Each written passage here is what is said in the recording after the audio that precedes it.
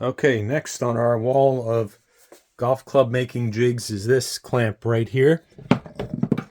And this is a clamp that I use. It's got like a diagonal square hole in it, um, kind of at an angle, and then it's got another cut out here, and then it's got a semicircular cut out there. So the problem is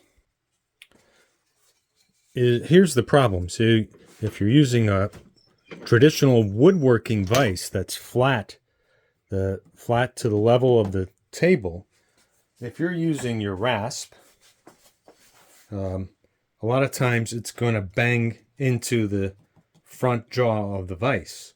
So that's not so good. Same with the spoke shave. If you're using a spoke shave, it might end up banging into this. So the solution is to have either more clearance here and have this really angled 45 degrees. That'll give you more clearance.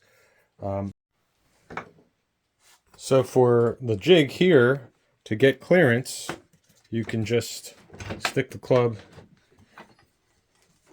in there and you can just work away. So that's one solution. Now this jig is really made for furniture legs. You can see you could put the leg in that way, and it's angled down a little bit. You could put it in kind of so it's straight at you with this hole here, and it gives you options. So I learned this jig from Jeff Headley. He has a woodworking school called Woodworking Workshops of the Shenandoah Valley, and yeah, it's a great jig. But club makers didn't really use that.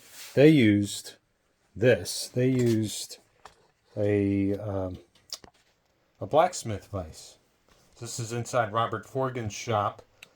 You can see a couple blacksmith vices here, and here. And you could see that there's a lot of clearance on this blacksmith vise. So you can angle your rasps and your spoke shaves if you need to.